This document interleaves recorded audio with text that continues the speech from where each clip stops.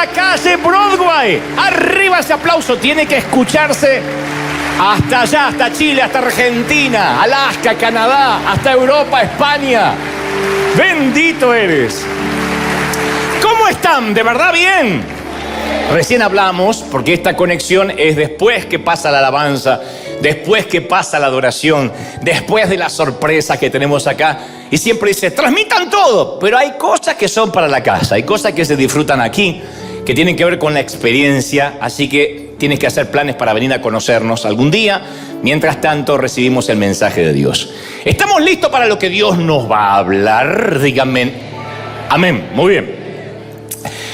Yo creo que te he contado una infinidad de veces que tuve la providencia de Dios, de servir a Dios, de servirlo, desde que tenía unos 19 años, mal, con muchos errores, por supuesto, porque cuando uno es bastante mocoso e inmaduro, mete la pata. Pero comencé a predicar por providencia divina a esa edad, como digo siempre, con muchos errores teológicos, todavía los tengo, pero ahí los tenía más de una vez, insisto, puse a Moisés dentro del arca, le prendí una zarza a Noé,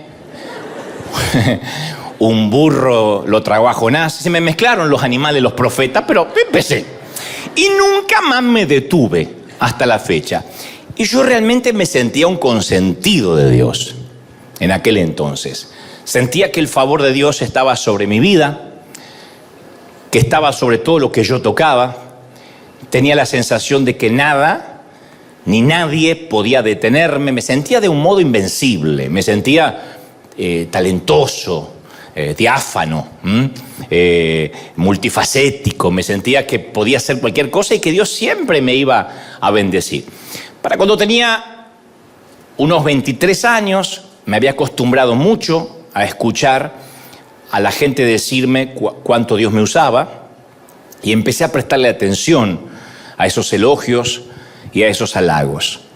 Vengo de una estima muy dañada, de un hogar que no apuntaló para sanar mi sentimiento, mi estima, y entonces los primeros halagos que llegan con el ministerio reconozco que me hacían bien.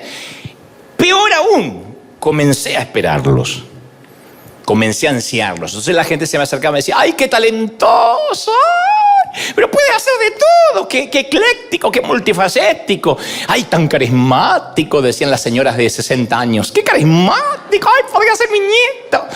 Y yo con toda mi sabiduría de mis 22 años, de mis 23 años, empecé a creerles. Y empecé a pensar, por fin soy alguien. Tengo éxito, me va bien. Cuando ya tenía 24 años, moría porque me invitaran a predicar a congresos importantes. Aparecieron muchos, a esos congresos que aparecían muchos famosos en el flyer, en el afiche. Y mi meta en ese entonces era llenar la agenda de invitaciones, porque sentía que así yo estaba agradando a Dios, que tenía un calendario lleno.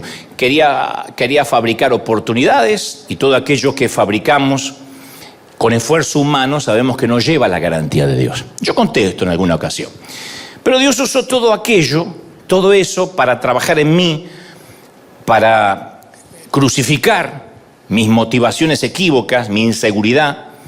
Era un tiempo que necesitaba, porque yo me estaba como haciendo o agarrándome de todos los halagos, de todas las cosas bonitas que me decían. Dicho esto, sé que alguna vez también te conté esta historia a continuación, pero voy a refrescarla a modo de introducción. Como sentía que la gente me decía cosas y yo era jovencito, yo recuerdo estar en un congreso enorme en Santiago de Chile, a los cuales a todos los chilenos les mando un saludo enorme. Cuando te invitan a un congreso de esos enormes con muchos oradores, tus motivaciones son puestas a prueba, porque en el juego de las comparaciones, mientras mejor le vaya al orador anterior, peor se ve uno. Y mientras peor le vaya a ellos, mejor se ve uno, en desmérito del resto. Ustedes dicen, ¿pero eso ocurre entre cristianos? No, pero ahí sí ocurrió. Porque un orador va detrás del otro. Y te guste o no, el público, cuando tenemos una jornada con varios oradores durante la mañana y luego por la tarde, el público suele comparar. Solemos comparar. y decir cosas como: me gustó el predicador anterior, estaba muy ungido, muy lleno de Dios. A ver, ¿qué tal el que sigue? Entonces el que sigue tiene la presión de que el anterior hizo levitar a las suegras, sanó enfermos, y uno dice: ¿qué hago? Las vuelvo a bajar a la suegra de vuelta, ¿qué hago? Y cada predicador que tomaba el micrófono de algún modo superaba las expectativas del orador anterior. En aquel entonces yo era bastante inmaduro, demasiado inseguro, no quería que a los demás les fuera demasiado bien. Que Dios los bendijera, pero no para decir: ¡qué bruto cómo los bendice! Que los bendijera nomás. Porque me dejaba mal parado. No quería estar a la sombra de nadie. Y menos sumado al aditamento, que era el más joven de todos los predicadores. Y además yo me estaba, insisto, alimentando con los elogios de la gente. Entonces llegó mi turno. En ese entonces se llamaba el Teatro... No, tenía otro nombre, o quizás se llamaba el Teatro Monumental de Chile. Sabrán los queridos chilenos de dónde hablo, ¿no? Hice lo mío, sentí que la gente quedó feliz, prediqué, transmití lo que en ese momento creía que Dios había puesto en mi corazón, pero luego de mi conferencia pasó el siguiente predicador y literalmente me destrozó en público durante la siguiente hora. Él dijo cosas como: no entiendo que en estos congresos serios, y miró a los anfitriones y le dijo: invitan a estos argentinitos sin experiencia. Hasta lo de sin experiencia me lo aguanté, lo de argentinitos me dolió. Tenía que haber dicho argentinazos. Luego agregó: estos muchachos, literalmente, no estoy exagerando ni un ápice, estos muchachos como el que acabamos de escuchar se creen los grandes ungidos, pero déjenme decirles que en unos pocos años van a ser como la nada, porque son una moda, porque estos muchachitos son fuegos de artificio que llenan estadio a base de emociones baratas, etcétera, etcétera. Eso fue lo más suave que dijo esa mañana en Chile, literalmente. Yo nunca había visto tanto antagonismo en alguien. Nunca había visto tanta tirria, en alguien que no me conocía, tanto enojo. No quiero decir odio, pero tanto enojo al menos, ¿no? Fue tan duro, tan explícito, que el anfitrión, el querido Fernando Chaparro, que a lo mejor si está mirando o su familia debe recordar el incidente, aunque pasaron muchos años, Fernando Chaparro estaba al lado mío, me puso la mano sobre mi rodilla y me dice, con su tono chileno: no te preocupes antes que esto va a forjar tu carácter. Te preocupes antes que esto va a forjar tu carácter. En esos momentos uno no quiere esos consejos, pero te lo agradezco porque era lo que Dios estaba haciendo. Pero en ese momento decías: ¿cómo? ¿Cómo? Si es una vergüenza, es una humillación pública. Pero él me dijo: Dios va a forjar tu carácter mediante esto. Y luego, con el transcurrir de los años, para no dejar la historia inconclusa, ese mismo predicador que masculló todo tipo de epítetos y adjetivos contra mí en público, terminó invitándome a su país, a su propia iglesia. Y por supuesto que fui. El argentinito fue. Y el argentinito y el caballero fuimos a cenar juntos. Bueno, a este caballero no lo voy a mencionar por razones obvias, pero sí fuimos a cenar, ¿no? Pero aquel día me hizo acordar aquella historia donde una vez un estudiante del seminario subió a predicar con mucha confianza, muy petulante, y bajó humillado porque le fue mal. Y ahí estaba el príncipe de los predicadores, Spurgeon, que le dijo: si hubieses subido como bajaste, habrías bajado como subiste. No lo diré otra vez porque el que lo entendió, lo entendió. Entonces, mientras no estemos crucificados a las opiniones de los demás, mientras no estemos crucificados a la opinión que el resto tiene de nosotros, no vamos a poder cumplir con nuestro destino. Y ese día, hace muchos años, y agradezco que fue en ese momento, y no ya cuando fui más maduro o más grande, yo aprendí que no era tan talentoso como me decían las hermanas. Que sin la bendición de Dios no podía hacer cualquier cosa. Y aquellas palabras amargas ese día de aquel predicador traspasaron mi corazón. Y regresé a Argentina desdeñado, abochornado, devastado, muy avergonzado. Y aún así fue una suerte de serendipia. Serendipia es cuando uno encuentra algo que no estaba buscando mientras buscaba otra cosa. Yo estaba buscándole al lago de la gente y encontré otra cosa. Por eso digo, fue una serendipia. Fue encontrarse con algo distinto a lo que yo estaba buscando. Y tenía que pasar esa prueba antes de avanzar a la siguiente fase en el camino hacia mi destino. Y me da mucho gusto que Dios no nos reprueba para siempre. A veces imagino, ¿qué tal si ese día Dios hubiese dicho reprobado? Este tipo no sirve. Porque en cuanto lo humillaron en público, se desbastó. Y ya no quería seguir predicando. Yo tendría 0 y tendría un reprobado, una F en todas las páginas de mi vida. Pero cada vez que nosotros fallamos, Dios no nos reprueba, sino pone rehacer, rehacer. Yo tenía una maestra que decía rehacer, de vuelta, rehaga, vaya de vuelta, y nos ponía en rojo rehaga. El Señor nos permite volver a tomar la prueba hasta que la pasamos. En la vida con el Señor es así. ¿Por qué? Bueno, porque solamente cuando pasamos bien la prueba es que podemos entrar al destino con Él, el que Él preparó, los sueños que Él planificó para nosotros. Entonces, rehacer. Él tiene una paciencia. Dios usó a aquel predicador para enseñarme que Él no podía confiar en mí, que no me iba a dar Dios más responsabilidad si mi vida estaba fundada en la opinión de la gente, para bien o para mal. No me puede elevar un elogio y destruir una crítica, porque Dios no me puede dar entonces mayor responsabilidad. Si Dios algún día iba a confiarme más, debía forjar un carácter fuerte, por lo menos en lo que respecta a la mirada ajena. Y Él conoce los sueños, conoce las visiones que nos da y sabe el carácter que se necesita para cumplir la obra que nos da. Él te da un sueño y sabe que para eso se necesita un carácter para poder atravesarlo. Entonces puede que tengamos grandes sueños en nuestros corazones, insisto, que Dios mismo colocó allí, pero sin el carácter forjado, sin el carácter labrado por el Espíritu Santo, no vamos a llegar muy lejos. Y yo no era el primer joven que se encontraba aparentemente desviado de un sueño de Dios y con un carácter endeble. No, yo voy a las Escrituras y hace miles de años un joven llamado José también recibe un sueño, una epifanía. Tiene un encuentro con Dios que le cambia la vida. Y la historia está registrada en Génesis 37, que describe cómo José recibe ese sueño, el sueño de Dios, y cómo lo manejó a continuación. Y es fascinante. Yo sé que la historia, algunos la han escuchado desde niños, otros se desayunan con la historia por primera vez, pero es fascinante por lo menos algunos detalles.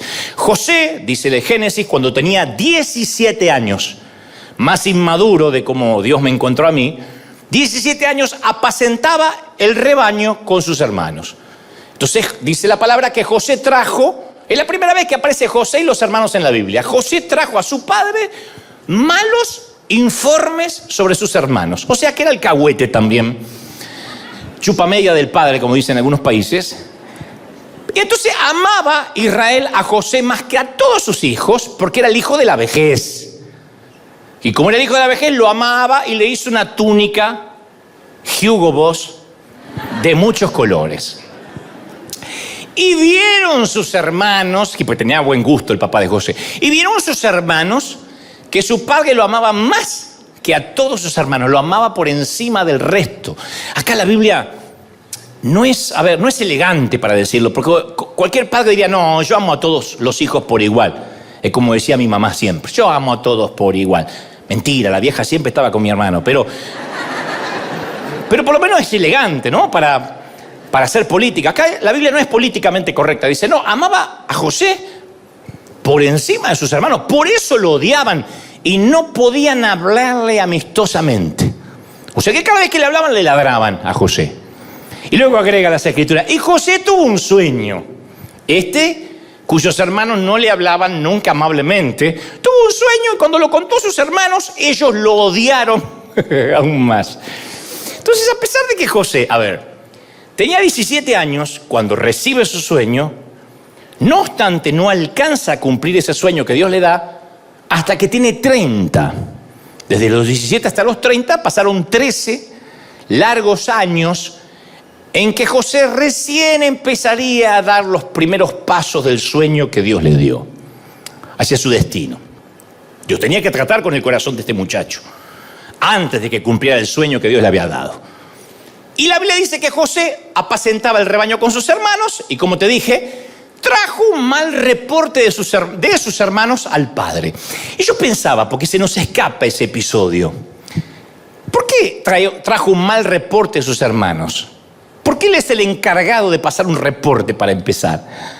Yo no digo que los hermanos de José no eran exactamente perfectos, yo no digo que no se merecían el mal reporte, pero esto revela parte del carácter de José, que de alguna manera él se sentía calificado para hacer este tipo de juicio de valores respecto de sus hermanos.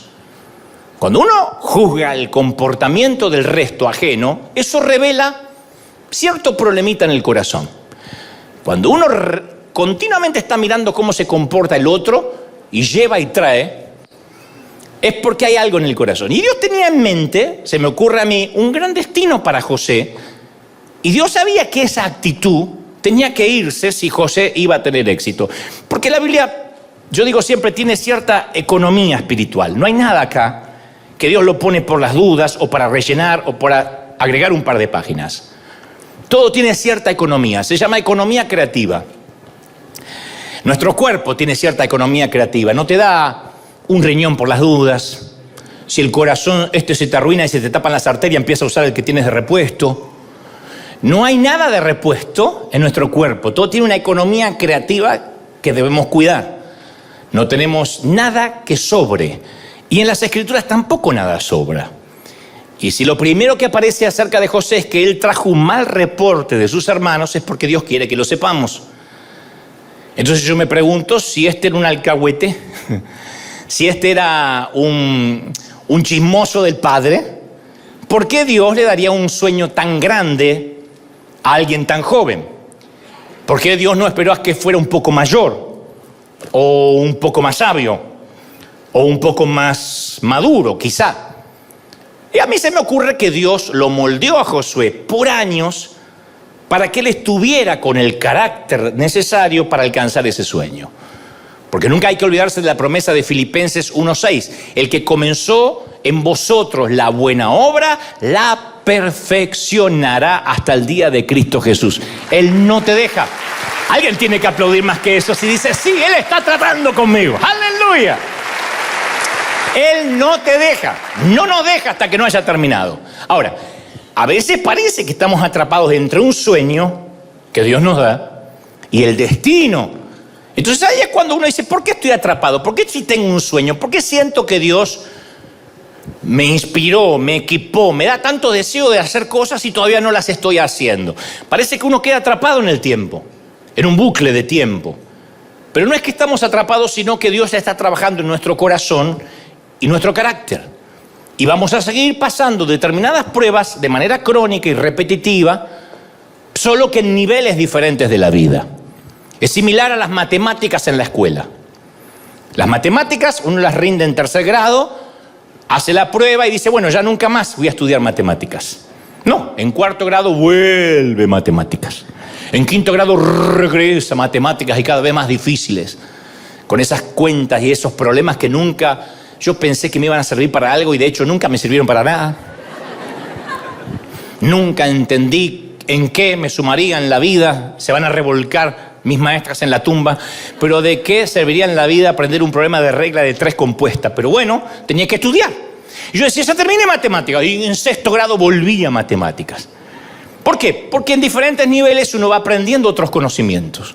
Entonces la buena noticia es que cada vez que pasamos una prueba con Dios, recibimos un nuevo nivel de responsabilidad, un nuevo desafío en cuanto a lo que Dios nos confía. ¿Me están siguiendo, sí o no? A medida que vamos pasando. Pero con cada nuevo nivel de responsabilidad enfrentamos un nuevo nivel de prueba en el área del orgullo, en el área del carácter. Por eso hay un pequeño consejo que aprendemos de la vida de José. Cuando recibes un sueño de Dios, lo primero que tienes que hacer, no hagas como José o como este servidor, cierra la boca, no lo cuentes. Cuando Dios te dé un sueño, te lo voy a decir en español del Cervantes, cierra la jeta. Dile al que está a la derecha y a la izquierda, cierra la jeta si Dios te dio algo. No lo cuentes. No lo cuentes. José cometió el error de contarle a los hermanos y los hermanos lo odiaron aún más. Dice que lo odiaban por causa de sus sueños y de sus palabras. De sus sueños y de sus palabras. O sea, no eran solamente los sueños de José lo que alteraba, lo que ofendía a los hermanos, sino la manera en que hablaba de esos sueños. Para el que no conoce la historia, José tiene unos sueños donde aparentemente la metáfora es que sus hermanos y su padre se inclinaban ante él. Cosa que iba a pasar cuando él luego estuviese en el segundo lugar al lado del faraón. Pero él lo cuenta y lo habla, era bocón porque tenía algo de sangre hispana, José, lo cuenta y dice, no sabés lo que Dios me va a dar. Entonces, y eso hizo que lo odiaran más. Si queremos avanzar hacia nuestro destino, cosa que yo aprendí tarde, uno tiene que aprender a cerrar la boca, que es la prueba más difícil. Es lo más difícil. El problema parece que está centrado en la boca, pero en realidad empieza en el corazón. Porque Jesús dijo en Mateo 12:34, porque de la abundancia del corazón habla ¿qué? La boca. Y en Mateo 15:18 dice, pero lo que sale de la boca proviene del corazón. Y eso es lo que contamina al hombre. De modo que si tenemos problemas con lo que sale de nuestra boca, necesitamos echar un vistazo dentro de nuestro corazón, no es solo la boca. Porque si el orgullo está en nuestro corazón, tarde o temprano va a encontrar la manera de salir por la boca y se va a notar, porque somos seres comunicacionales. Entonces, una razón por la cual tenemos esa tendencia al orgullo es que a veces intentamos tratar con el fruto en lugar de llegar a la raíz. Cuando vemos el fruto del orgullo, cuando vemos que metemos la pata, sí, somos tocados por Dios, sacamos unas tijeras y podamos las hojas, quizá arrancamos alguna que otra ramita y decimos, me tengo que cuidar de no decir.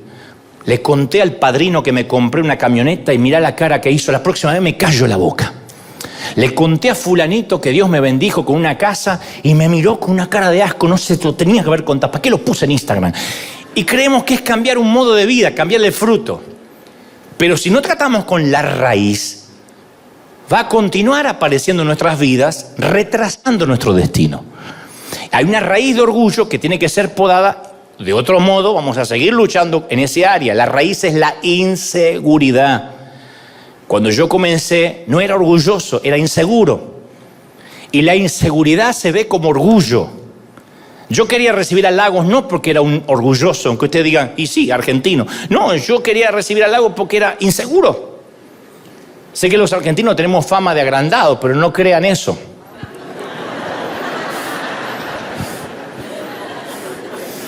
Había una tumba en Argentina que decía, aquí yace un argentino y un hombre humilde. Y un mexicano dijo, mirá, entierran dos tipos a la vez en la misma tumba acá. Pues yo no era orgulloso, inseguro. Muéstrame a una persona que se ve orgullosa y yo te voy a mostrar a una persona que en realidad es completamente insegura de lo que tiene, de quién es. La inseguridad es el combustible de la vanidad. Es la inseguridad, esa es la raíz. Eso es lo que hay que ver. Eso es lo que Dios tuvo que sanar conmigo. Porque para escuchar un predicador que hablaba literalmente de mí, no es que a lo mejor por elevación trató de hablar de ti. Él dijo, estos argentinitos, no bien yo abandoné el estrado. Para soportar eso, uno tiene que estar seguro. Eso, un inseguro, como era yo, me liquidó. Porque la inseguridad nos hace sentir que tenemos que hacerle saber a todos quiénes somos y lo que hemos logrado. Que sepan exactamente cuán especiales somos. Y detrás de esa inseguridad está el miedo, el temor a que no nos acepten, a que no nos valoren, a que no nos estimen. Por eso cuando los inseguros tienen que abandonar un ministerio, porque a veces Dios lo pide, a veces Dios nos cambia de dirección, nos cambia la directriz. Los que están inseguros, al recibir un cambio de Dios, sufren una crisis importante. En cambio, el que sabe quién es en Cristo, nada cambia porque su mundo interior sigue estable, sigue estando igual. Pero aquellos cuyo mundo interior está en desorden, como me pasaba a mí cuando era más joven, tienden a vivir una confusión acerca de su identidad. Yo ese día dije, soy un fraude, soy un fiasco, no predico nunca más. Literalmente dije, no predico más. No voy a pasar esta vergüenza nunca más en mi vida. Y eso porque a mí me costaba separar lo que yo hacía con quien yo realmente era. Entonces, cuando uno no lo puede separar, no podemos creernos nosotros, bajo ningún punto de vista, que somos tan exitosos y somos tan felices como mostramos en Instagram o en las redes. Nosotros no somos una foto con filtro. Nosotros tenemos arrugas, varices, estrías, celulitis. Que no se vean es otra cosa. Pero no somos lo que mostramos en las redes. Cuando olvidamos quiénes somos, comenzamos a distorsionar nuestra verdadera identidad. Y eso es porque tomamos identidad, asignamos identidad respecto a lo que hacemos. Pero hay un defecto en esa lógica, que nuestros logros no son lo que nos hacen valiosos. Lo que hacemos para Dios no nos hace valiosos. Los sueños, aunque provengan de Dios, no nos dan valía, no nos definen. Lo que nos define es que somos hijos del Rey comprados por la sangre de Jesucristo. Hagamos o no hagamos. ¿Lo crees de verdad, sí o no? Esa es nuestra identidad. Eso es quienes somos. ¿Quién eres? Alguien comprado por la sangre de Cristo. Entonces uno tiene que afianzarse. Parece una obviedad, parece infantilismo, pero lo olvidamos.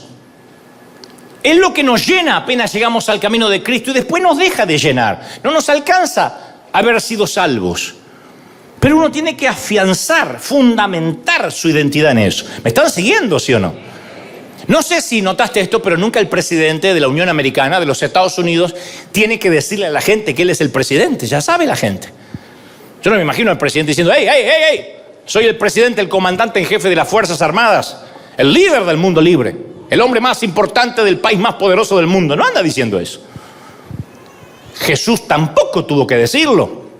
Nunca dijo, este soy yo necesariamente. Cuando Satanás tienta a Jesús en el desierto, lo primero que hace Satanás es tratar de poner duda respecto a su identidad. Mateo 4:3 dice, si eres el Hijo de Dios, demuestra que eres el Hijo de Dios, demuéstralo. Y tienta a Jesús para que hiciera algún pequeño milagro. Si eres el Hijo de Dios, pasó lo mismo en la sinagoga. Si eres el Mesías, repite lo que oímos que hiciste en las bodas de Caná. Pero Jesús le responde al enemigo, escrito está, escrito está, escrito está. No le dijo, claro que soy el Hijo de Dios. ¿Qué te pasa, flaco? ¿Sabes quién soy yo? Agua, aceite, líquido. Te voy a decir un par de cositas de quién soy yo. No le dijo eso. En lugar de eso nos dio un hermoso ejemplo de seguridad. Él se afianzó en la sencilla verdad de las palabras de su Padre. Y todo lo que espera de nosotros cuando somos tentados por la inseguridad es volver a lo que nuestro Padre ha dicho de nosotros y apoyarnos en esa verdad. ¿Qué dice Dios que eres? ¿Quién dice Dios que soy? Jesús no tenía nada que probar acerca de sí mismo. Por eso hay dos armas poderosas, dos armas que yo aprendí con dolor y te las voy a regalar por la misma ofrenda. Las dos armas, mira. Saber quiénes somos y saber quiénes éramos. Eso es el remedio contra la inseguridad. Saber quiénes somos y saber quiénes fuimos. Primero hay que saber quién uno es. Es fácil estar seguro porque nuestro Padre dice que nos ama y me importa un cuerno si los demás lo saben o no. A mí el Señor me ama. ¿Cuánto te ama, princesa, el Señor? ¿Te importa un cuerno que ni tu marido lo sepa? ¿Cuánto te ama el Señor? ¿Cuánto te ama, príncipe, el Señor? Eso te afianza, ¿sí o no? Esa es la muerte del 50% de la inseguridad. El otro 50% es recordar quiénes éramos antes de que Él nos adoptara. Porque no nacimos en el palacio. A ver, nadie nació en Buckingham acá. Vinimos al mundo como mendigos, simple plebeyos de una aldea perdida. Pero el rey nos vio por la ventana de su castillo, se enamoró de nosotros, se vistió como un indigente, se metió en la aldea para ganar nuestros corazones. Y cuando ganó nuestro corazón, nos llevó adoptados al castillo como hijos de Dios para siempre. Entonces esto me lleva a la conclusión de que sin Él tampoco somos nada. ¿Está claro?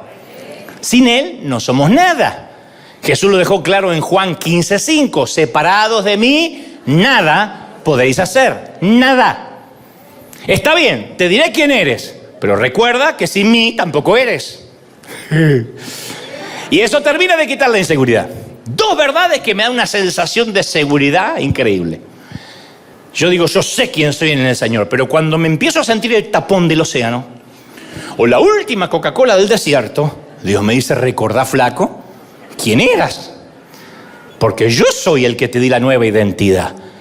Entonces es maravilloso, porque a partir de que uno sabe de dónde viene y hacia dónde va y quién es, mientras tanto, uno puede llegar a un lugar lleno de extraños y no sentir la necesidad de demostrar quién es. Uno se siente más importante que cualquier actor, que cualquier ganador del Nobel, del Pulitzer, porque era mendigo, Dios me hizo príncipe, sé quién soy, y eso hace que yo camine pechito de paloma por la vida, como caminaba Maradona, así, seguro de mí, sabiendo de dónde Dios me sacó. Entonces, no tenemos que buscar el sueño, sino al dador del sueño que nos da la identidad. Y cuando uno tiene identidad se sana, la inseguridad se va. Porque cuando uno se enamora del sueño, te diré lo que pasa. Yo me había enamorado del sueño, y cuando uno se enamora del sueño, uno va a pasar una larga temporada, long time. Me siento Maldonado metiendo palabritas en inglés. Salud. Vamos a pasar una larga temporada en el pozo. Oigan, vamos a pasar una larga temporada en el pozo, cuando uno en la cisterna, cuando uno se enamora de los sueños. Porque Génesis 37:17 dice, cuando ellos lo vieron de lejos, los hermanos, el padre manda a José y dice, anda a ver tus hermanos qué están haciendo, tráeme un reporte. Y este dice, sí, y va a traerlo. Cuando ven de lejos, tramaron contra él para matarlo.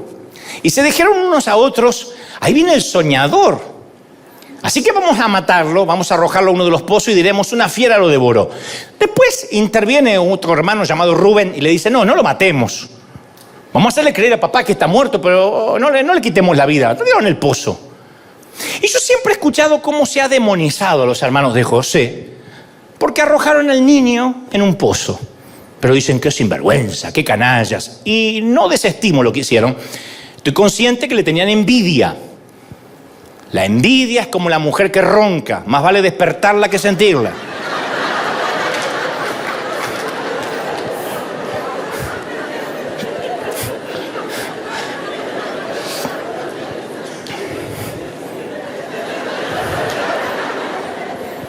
Te la tiro para que la guardes en tu corazón. La envidia concluye en, esta persona tiene lo que yo quiero. ¿Ah? Yo quisiera tener su inteligencia, su apariencia, o su ministerio, o su pareja, o su clase, o su dinero. Como yo no puedo tenerlo, yo quisiera que él no lo tenga. Eso es la envidia. Es la bilis tóxica. Es el patógeno pernicioso, pestilente, pútrido, que enferma el cuerpo de Cristo. Si nosotros en la iglesia no damos nada, van a poner en las redes, se llenan los bolsillos con el evangelio. Si salimos a dar, que no sepa tu izquierda lo que da tu derecha. Si nos va bien, en el caso mío, si me va bien, y se fue porque están los dólares allí. Si me va mal, eso le pasa por irse. Entonces, envidia es el deseo no consumado, sumado al resentimiento. No nos gusta ver en el fondo a alguien que le vaya demasiado bien en desmérito de nosotros. Y más si a él le va bien en algo que nosotros fracasamos, o lo que es peor, en aquello que nunca intentamos siquiera hacer. Y el apóstol Pablo dijo, alégrense con los que están alegres. Uno diría, ¿de verdad necesitamos ese consejo casi básico? Alégrense con los que se alegran, lloren con los que lloran, dijo Pablo. Sí, es necesario ese consejo. Porque la envidia me hace llorar cuando otros se regocijan. Y me hace regocijar cuando otros lloran y le va mal. Así de cruel es la envidia. Viste, yo sabía que le iba a ir mal. Y me regocijo porque al otro le fue mal. Y complacer a la envidia es como querer calmar la sed con agua de mar, con agua salada. No obstante, cierro el paréntesis de la envidia de los hermanos de José, yo por un ratito quiero ser el abogado del diablo y defender un ratito a los hermanos de José, o al menos demostrar que no son tan culpables como se ve a primera vista de las desgracias de José. Primero hay que convenir, A ver si estamos de acuerdo en esto. No voy a insultar vuestra inteligencia, así que sé que van a entenderme. Hay que convenir que no podemos avanzar hacia nuestro destino al menos que salgamos de un pozo, del pozo en el que caímos. Los hermanos de José lo meten en un pozo. No lo matan, lo tienen allí y le hacen creer al padre que murió. Ahora, si queremos salir de los pozos de la vida, es importante entender por qué caímos en el pozo, si no, no vamos a salir. Hay muchas razones por las que terminamos en pozos. No importa en cuántos pozos estés ahora. Podrías estar, de hecho, en varios pozos a la vez. Podrías estar en un pozo respecto a tus finanzas. Nunca sales de ahí. Siempre endeudado. Pagando el mínimo de las tarjetas y viendo qué impuesto vas a pagar, cuál no pagas, cuál es el servicio que no te cortan sin pagar. Podrías estar viviendo en un pozo en el matrimonio, en algo que no se arregla nunca. En un pozo en el ministerio. No ves fruto a pesar de años de esfuerzo, o en un pozo en tu salud. Sales de algo y te metes en otra cosa. Terminó la tos y empieza la fiebre. Terminó la fiebre y te descubren otra cosa. Y sientes que estás en una cisterna en cuanto a tu salud. Entonces, señores, la pregunta no es si Dios puede librarnos o no del pozo. La pregunta es si comprendemos antes que nos libre por qué caímos en el pozo. Y ustedes dirán, ¿y por qué voy a caer? ¿Porque mis hermanos me tiraron? Y esa mentalidad de víctima que se adopta en la actualidad es culpar siempre a los demás de nuestros problemas.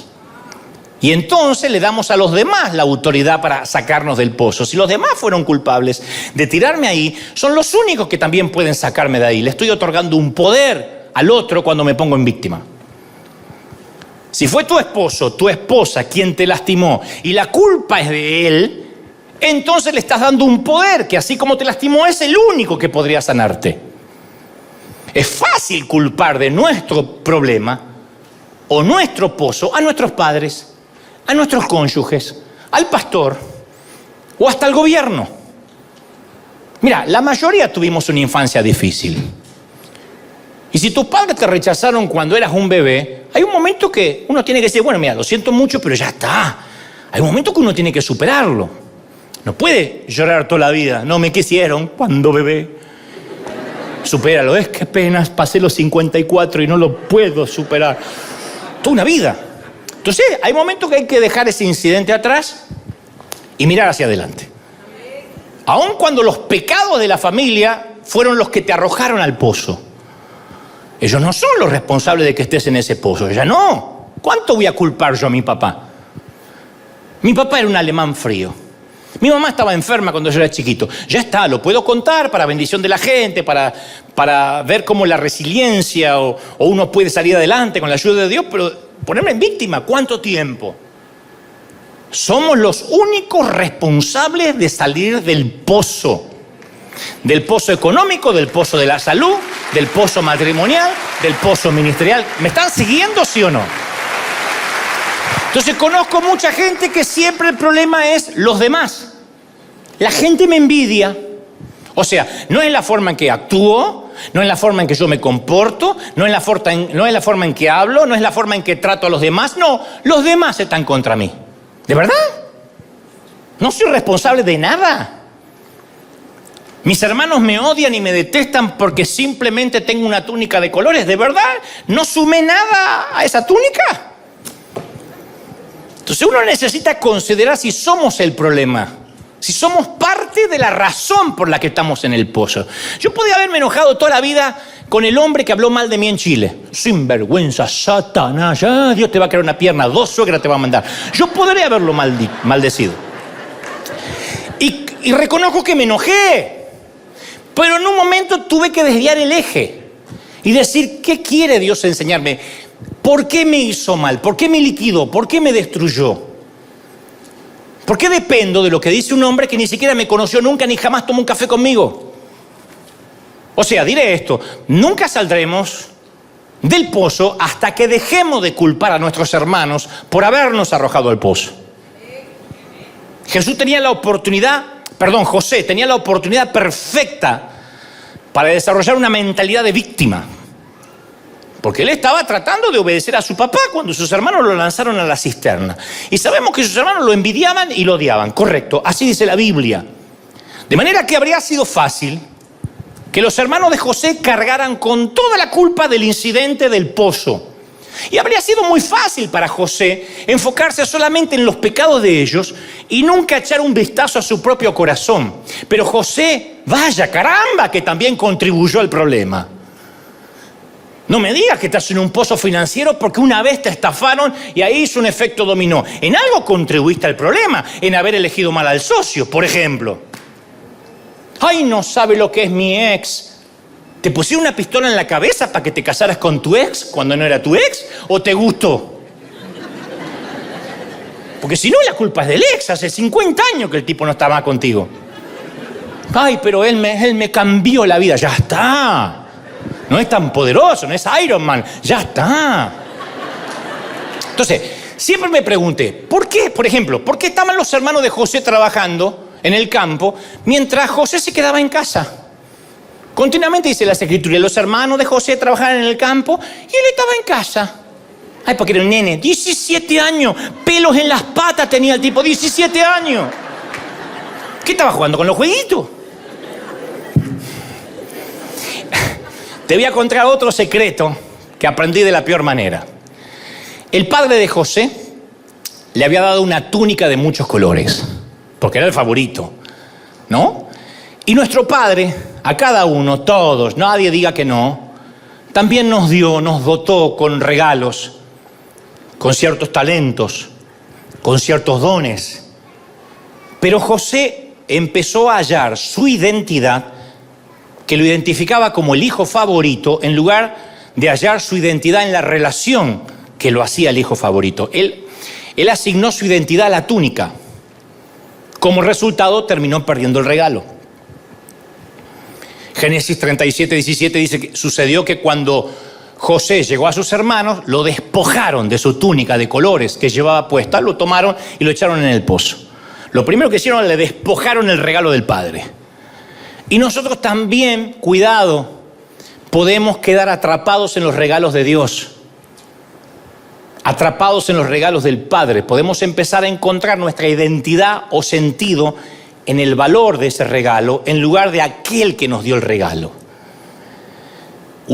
Yo encontré, siendo muy jovencito, mi valía en servir a Dios. Pero no me importaba tanto Dios, me importaba más servirlo. El glamour, los elogios, los viajes que venían con eso. Yo me enamoré. ¿El regalo era genuino? Sí, el regalo era de Dios, yo no podía haber hecho nada sin él. Pero me enamoré tanto de la túnica de colores que ya no me importaba quién me la había regalado, era mi túnica. Y cuando uno hace eso, cuando uno se enamora más de servir que de ser, termina arriesgando con perder ese regalo. Ahora te voy a aclarar algo importante, el padre que le dio el regalo no fue el que se lo quitó. No te estoy diciendo que Dios te quitará un don. José perdió su túnica por medio de sus propias acciones. Él lo perdió porque estaba orgulloso de lo que esa túnica representaba. Entonces, cuando Dios nos da regalos, Él tampoco nunca nos lo va a quitar. Nunca. La Biblia dice que los dones y el llamamiento de Dios son irrevocables. La Reina Valera antigua dice que son dones sin arrepentimiento. Romanos 11, 29. Lo que Dios te dio no te lo quitará nunca. Nunca. Y si peco, no quitará tu don. Y si meto la pata, no quitará tu talento ni tu don. Es irrevocable. Dios no te da el don y te lo quita, te lo da y te lo quita. No. Sin embargo, nosotros mismos podemos perderlo sin que Él te lo quite. ¿Cuánta gente tiene un don de Dios? Tiene talento, pero no puede usarlo porque su corazón es incorrecto. Haga memoria. ¿Qué pasa si perdimos el don de Dios que Él nos dio por nuestras propias acciones? No que Él lo quitó, lo perdimos. ¿Lo vamos a recuperar? ¿Qué esperanza hay? Bueno, yo te animaría a ver el final de la historia de José. José terminó siendo el gobernador de Egipto, el segundo hombre más poderoso del mundo conocido. Y llegó a ser el segundo hombre más rico del mundo. Así que probablemente tuvo después cientos de túnicas de colores. Dios lo restituyó. Todo lo que perdió Dios se lo restituyó y José recuperó algo mucho más importante que una túnica. José recuperó la relación con su padre. Durante años no tuvo comunicación con su papá, ni siquiera sabía si estaba vivo. Pero después que José aprendió a andar en humildad, Dios restauró su relación con el padre, no con la túnica. Ese es el propósito de la temporada en el pozo. Que volvamos a las bases y a entender por qué queríamos venir a la iglesia años atrás. ¿Se acuerdan cuando no era servir, cuando no era predicar, cuando no era un micrófono, cuando no era una oportunidad? ¿Se acuerdan cuando solo era agradecer lo que Él nos había dado? ¿Se acuerdan ese que las Escrituras llaman primer amor? Una temporada en el pozo nos pone en un lugar que no podemos salir allí por nuestras propias fuerzas, ni hacer nada por nosotros. Ese pozo mundial durante 2020 y 2021 se llamó y se sigue llamando pandemia. Dios metió a las iglesias en una pandemia, en un pozo donde ni los pastores pudimos hacer mucho. Algunos perdieron templos, otros perdieron edificios, campus completos, otros se deprimieron y otros literalmente consideraron el suicidio. Porque toda su identidad estaba en la túnica de colores, no el que se la había regalado. Y la pandemia nos pega un shock. ¿Podrás adorar en tu casa? ¿En el fregadero? Si no puedes ir a la iglesia por un año y meses. ¿Te mantendrás fiel? ¿Leerás las Escrituras aun cuando el pastor no te pida que repitas nada? Y muchos no lo lograron. El pozo los metió en un sitio, los colocó en una situación donde no podían salir por sí mismos. Y eso es bueno, porque al no poder salir por uno mismo tiene que pedir ayuda a Dios. Pero algunos no le piden ayuda a Dios y se dejan morir. Creen que al perder la túnica han perdido al Dios que se las dio. ¿Me están siguiendo, sí o no? Entonces quiero que sepas que no importa dónde estés ahora, aun si el pozo lo cavaste tú mismo, Dios es suficientemente grande para sacarte de ahí. No es difícil para Dios sacar a la gente de los pozos. Dios se deleita en sacar a sus hijos de los pozos. A eso se dedica. Pero no nos quitará de ahí, no nos sacará de la cisterna hasta tanto y en cuanto nos demos cuenta que es más importante el que nos dio la túnica que la túnica. Hasta tanto nos demos cuenta que la túnica no es una excusa para menospreciar a los que no la tienen. Saúl fue guerrero de Israel, dice la Biblia, tan alto que los demás apenas le llegaban al hombro. Era un alto el tipo, ¿eh? Y dice que desde más arriba veía a los demás. Y yo una vez te dije, sí, es lindo, mirar desde arriba tiene su encanto, no me digas que no.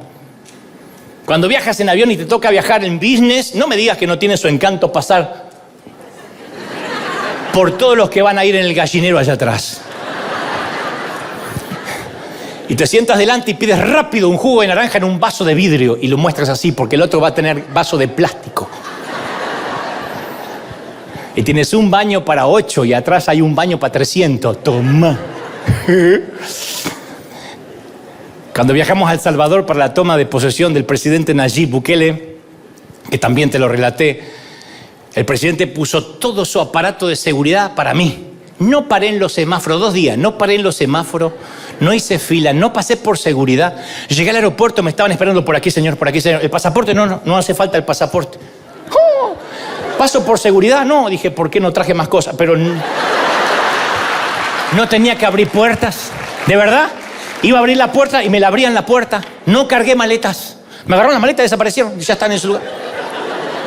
No entraron a vestirme porque soy pudoroso, si no me hubiesen vestido. Me pusieron custodia, motos, un ejército que me abría paso. Yo iba.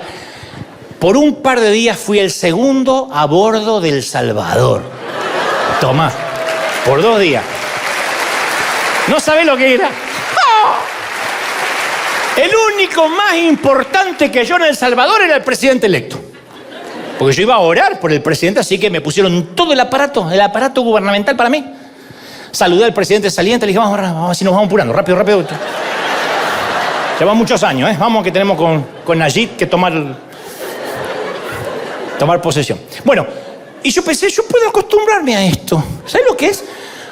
Que el GPS te muestra que hay 40 minutos de tránsito. Yo digo, pero son 40 minutos, no vamos a llegar. No, está toda la custodia allá afuera. Literalmente 4 minutos llegamos. Las motos iban haciendo pateando a la gente. Bueno, yo no me alegraba que las patearan, pero digo, me sentía como en un boliche, así, tirando. Y después llegué acá. Ni al carpool pude ir, porque venía solo. La carroza se me transformó en calabaza, en zapallo. Pero durante 2 días fue maravilloso mirar tan alto que los demás apenas me llegaban al hombro. Por eso entiendo por qué a los políticos les cuesta tanto soltar el poder. Y es maravilloso que el Padre nos regale una túnica de colores. Es maravilloso. Pero la arrogancia es un equipaje que no podemos llevar. Y conste, Dios no desaprueba la arrogancia, ¿eh? A Dios no le desagrada la arrogancia. Dios la aborrece. No es que la desaprueba, no te la recomienda, la aborrece.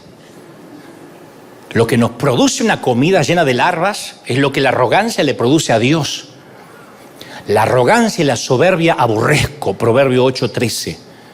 Abominaciones a Jehová todo altivo de corazón, Proverbio 16:5. No os hagáis nada por vanagloria, Filipenses 2:3. Cesen las palabras de los arrogantes de vuestra boca, 1 Samuel 2:3. Dios resiste a los soberbios, 1 Pedro 5:5. Antes de la caída, la altivez, la arrogancia de espíritu, Proverbios 16:18. Jehová asolará la casa de los soberbios, Proverbios 14:25. No hay un solo episodio en que Dios diga, yo la tolero, yo entiendo, es una debilidad. Dios la aborrece. ¿Sabe por qué? Porque no hicimos nada que justifique nuestra arrogancia. Nada que justifique nuestra inmodestia, nuestra petulancia. No hicimos nada. Somos el mosquito que va en la oreja del buey y dice, estamos arando.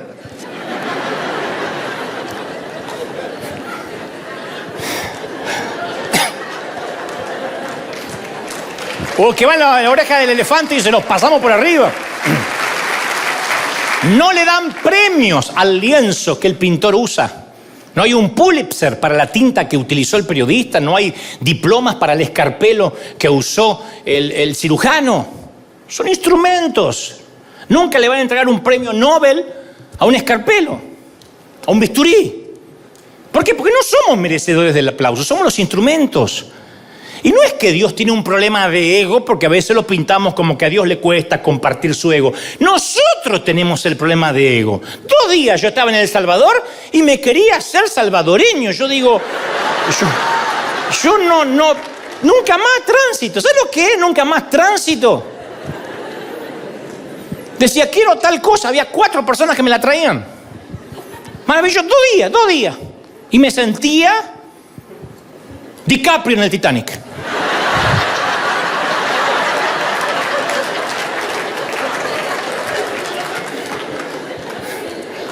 Él sabe que no podemos administrar la túnica de colores. Él sabe que el elogio nos atrofia el cerebro y torpemente pensamos que se trata de nosotros y olvidamos que somos polvo, que somos rescatados del pecado. Por eso dije, a ver, te va a sanar quién eres en Dios, perfecto, pero también tienes que recordar quién eras sin Dios.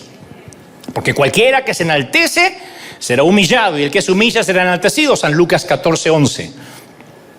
Entonces, con la misma intensidad que Dios aborrece la arrogancia, ama la humildad. Le da honra, dice, a la honra la precede la humildad. Le da sabiduría, dice, a los humildes, con los humildes está la sabiduría. Nunca van a ver ustedes un tipo sabio y orgulloso. Porque si es sabio y orgulloso, alguna de las dos cosas son falsas. Es como decir, es reggaetonero y hace buenas letras. Una de las cosas son falsas, o no es reggaetonero o las letras no son de él. Le da dirección, enseñaré a los mansos su carrera. Le da gracia, Dios le da gracia a los humildes. Le da belleza, dice, hermoseará a los humildes con la salvación. Nunca dice hermosearé al orgulloso. Y Dios ofrece para cada uno gozo. Dios nos da una cuota de alegría. Pero como una vez te conté, uno puede ir a un congreso, a un concierto, conforme lo que te gusta presenciar, y tener el gozo del oyente. Uno puede ir a un estadio de fútbol a jugar a Messi, a Ronaldo, pero sufrir porque uno no es Messi ni Ronaldo. O compartir el gozo del jugador o del orador. Uno puede ir a un congreso profético, a una iglesia y decir, yo quiero ser como él, o como ese cantante.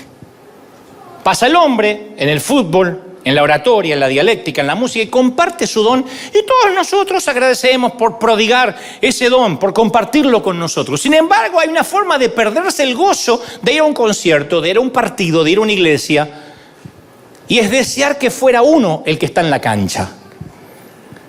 Y capaz que algún día voy a estar en la cancha jugando, pero ahora no es mi temporada.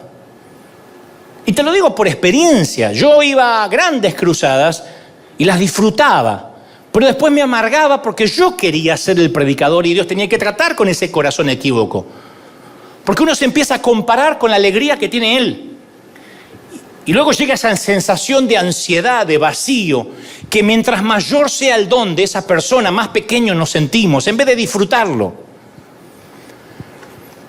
Y uno se pierde la temporada de oyente, de espectador, por querer estar ahí. Y todavía no nos toca estar ahí. Hay momentos en la vida que no nos toca estar ahí.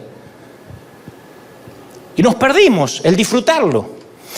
Nunca conté en detalle lo que te diré a continuación, pero estuve meditándolo ayer y sé que hace a la historia. Y quizás nos va a ayudar a comprender más lo que trato de decirte. Hace unos años comisionamos a alguien para que trabajara a mi lado. Y al principio este caballero no cabía en su agradecimiento. Fue hace muchos años. Lo que él dijo fue, solo espero estar a la altura de tamaña responsabilidad. Estar al lado tuyo, trabajar, no sé si lo lograré, pero haré mi mayor intento. Y con el correr de los meses, ni siquiera los años, yo empecé a notar que él solía maltratar a otros. Y eso no lo aprendía de mí. Tengo muchos errores, pero no soy un maltratador. Ni siquiera alguien que trata a la gente con lo que se llama ahora destrato, que es ignorar. Pero no era lo peor que él maltrataba a gente, sino que yo notaba que lo disfrutaba. Que la cuota pequeña de poder que tenía, que manejaba, lo estaba afectando. Y luego empecé a notar cómo su carácter iba mutando y entonces más tarde empezó a ocultar información, que es la manera que tienen las personas inseguras de manipular al entorno. Si yo me voy, esta computadora no la maneja nadie, nadie sabe cómo encenderla. Si yo me voy, nadie tiene la llave de este sitio. Si yo me voy, la caja fuerte la tengo yo. Si yo me voy, dicen que la información es poder. Y entonces empezó a tener secretos, a usar contraseñas que solo él conocía, a pedirle a mi entorno que no me contaran todo lo que estaba sucediendo en el campus. Y un día, él estaba muy malhumorado, maltratando gente delante mío. No eran empleados de él, no eran subalternos que dependían de él. Así que decidí confrontarlo, lo invité a sentarse dentro de mi automóvil porque estábamos lejos de la oficina y le dije, no nos vamos a ir de aquí hasta tanto me digas qué está pasando en tu corazón. Mira, yo he notado que has cambiado notablemente, que no eres el mismo hombre que yo conocí hace unos años atrás. Quiero saber si soy yo el culpable. Y entonces hubo un largo silencio, seguido por un suspiro eterno, y yo creí que confesaría algún pecado oculto. O quizá me diría que necesitaba una mejora en su salario. Pero nada, ni en 1.000.000 de años me preparó para lo que iba a decirme. Nunca olvidé aquel momento porque fue como un low motion, en cámara lenta. Me dijo, ¿quieres que realmente te abra mi corazón? Le dije, nada me gustaría más. Y te doy mi palabra que puedes decirme lo que sea. Y entonces lo escupió. Me dijo, no sabes lo duro que es para mí y para mi esposa trabajar en la iglesia y ver que el que aparece en la página web eres tú. No estaba listo para eso. Y Dios sabe que estaba completamente absorto, pasmado. Nunca nadie me había planteado algo así, de esa índole. Y le dije, pero vos sabés que te estoy pagando para que hagas tu trabajo, ¿no? ¿Estás consciente que además yo aquí soy el pastor? Perdón por ser tu pastor. Y él solo me repitió, mis parientes a veces me preguntan qué hago y no tengo nada para mostrarles. Tú no sabes lo duro que es que mi foto no aparezca en la web. Le digo, sí, aparecen varias fotos. No, en la página principal. Y ese día se rompió algo para siempre entre nosotros, porque ese mismo día supe que no descansaría hasta tener su propia foto, su propia página web, sus propias redes sociales. Me dijo, sueño con mi ministerio, yo tengo mi logo, tengo mi jingle, y solo temo que si abro mi iglesia, tal vez toda tu gente se vaya conmigo y no quiero hacerte eso. Era surrealista. Más un chiste malo que surrealista. Le dije, mi gente no es mi gente. Si Dios quiere que se vayan contigo o con Matusalén, que se vayan. Yo no morí por nadie. Yo no morí en la cruz por nadie, así que no es mi gente. No son mis hijos. Tenía un logo, un jingle y un corazón equivocado. Y la gran tragedia es que algunos prefieren ser la estrella de un equipo perdedor que el mediocampista de un equipo ganador. Cabeza de ratón en vez de cola de león. Increíble. Y se abren paso en su propio reino pigmeo liliputiense.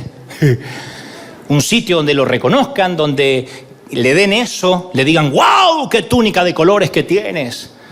Lo honren, le agarran el maletín, le cuelguen el saco, le lleven el abrigo. Dios nos libre de ese estrechamiento neurótico de los soberbios. Por cierto, vanidad aparece 75 veces en la Biblia.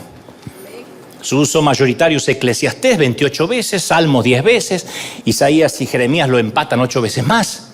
Y en los Salmos vanidad se usa como adjetivo de pasajera, mortal, perecedera, débil. Por eso me viene a la mente la escena de la película de Al Pacino que interpreta a John Milton, o el mismísimo Lucifer, que luego de cuando parece que su víctima logra escapar de sus tentaciones, Al Pacino, interpretando genialmente a Lucifer, mira a cámara, sonríe y dice, vanidad, definitivamente mi pecado favorito. Y creo que ese es el pecado favorito de Satanás. Y que sí o sí, a través de una túnica de colores, de un halago, de una honra, logra penetrar. Por eso yo quiero que hoy demos gracias por las temporadas no de túnicas, las temporadas de pozos. Porque yo pienso que, en alguna parte de ese pozo, José tuvo que haber cambiado. En algún lugar de ese pozo, José debió haber clamado a Dios con verdadera humildad, porque después de haber experimentado el pozo, José era un hombre cambiado. Algo le sucedió a José en ese pozo. En algún lugar de ese pozo, José debe haberse hecho responsable de sus propias faltas. En alguna parte de ese pozo, José debe haber tratado de salir y cuando vio que no podía, clamó con humildad. En algún lugar del pozo, José debe haber dicho, necesito que me perdones. Soy un petulante. Obra en mi corazón. No quiero más ser un tipo inseguro, porque ahora no tenía más túnica de colores. Y ahí empezó a cambiar la situación de José. Y ahí las cosas se empezaron a alinear en dirección al destino que Dios había preparado para él. Mucho antes de que José fuera lanzado en el pozo, Dios tenía un plan para sacarlo de ahí y llevarlo a su destino. Lo que los hermanos hicieron para hacerle daño, Dios los usó para bien. Lo reconocerá José más adelante. Pero cuando nosotros nos humillamos a nosotros mismos y clamamos a Dios de corazón, Él nos libra del pozo en el que estemos. ¿No será que no sales del pozo financiero porque todavía sigues culpando a alguien por ese pozo? Yo no puedo culpar a mis hermanos ni a mis padres, ya no. Son experiencia, las agradezco, pero hay momentos que un hombre y una mujer tienen que hacerse responsable de la vida que tiene. ¿Sabes? Pasaron muchos años desde aquel incidente de Santiago de Chile. Y en ese entonces no existían las redes sociales. Hoy entiendo que Dios me estaba dando una probadita de lo que iba a venir. Aquel incidente me arrojó a una cisterna húmeda. Por mucho tiempo me dejó sin aliento en el pozo durante una larga temporada. Y luego que dejé de culpar al predicador, que me humilló en público, comencé a indagar acerca de mi inseguridad. No crean que con ese incidente la inseguridad mía se fue. La rendí en primer grado, la rendí en segundo grado, luego en tercer grado, en cuarto grado y luego en la universidad y sigo rindiéndola. Cada vez lo hago más rápido. Pero Dios necesitaba sanar la inseguridad. Y la primera vez fue cuando me di cuenta que mi inseguridad me había llevado hasta ahí. Y descubrí que Dios no me iba a dar ni delegar mayor responsabilidad en tanto fuera adicto a la aprobación o a los elogios. Me enseñó que si vivía de los halagos, alguna crítica me iba a matar, porque le daría igual de importancia a cualquiera de las dos. Y con el correr de los años el Señor me regaló cuero de rinoceronte, piel de paquidermo. Después de aquella temporada el Señor me sacó del pozo y como a José me llevó al palacio.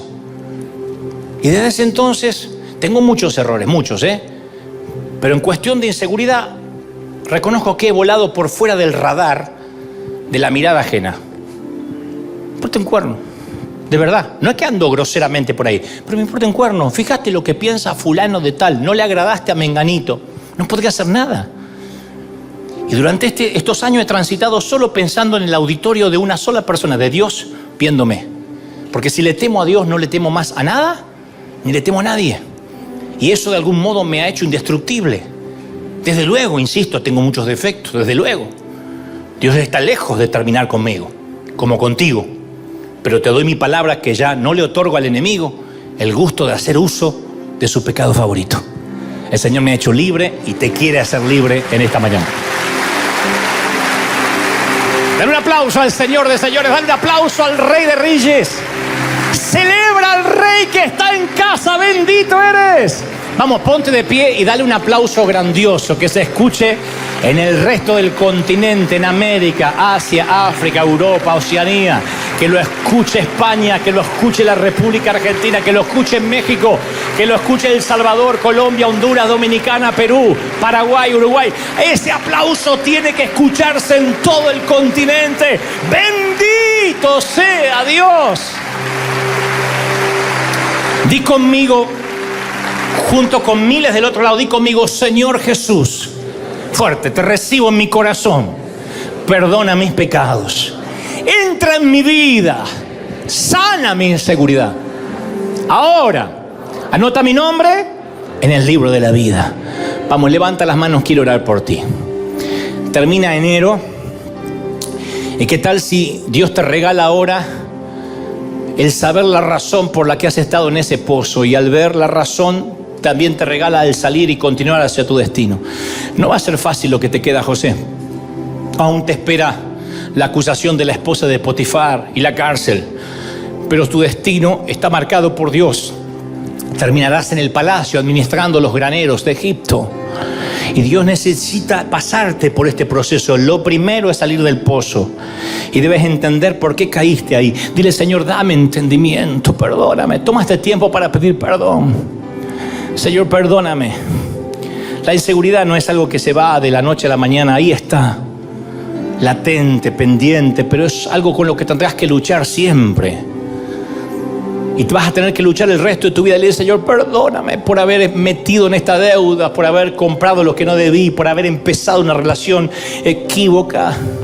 Perdóname por haber errado el camino, por haber equivocado el rumbo, por haberme corrido del eje. Dile: Señor, perdóname, yo quiero orar por ti ahora. Se termina el mes de enero y quiero que el Señor te regale un febrero con la seguridad que vas a empezar de nuevo, vas a salir de ese pozo. Te saco de ahí, dice el Señor, pero no te saco hasta que no digas: ayúdame. No fueron tus hermanos, no fue el error de otros, no fue el matrimonio fallido, ni el ministerio, ni aquel pastor el que te tiró en el pozo.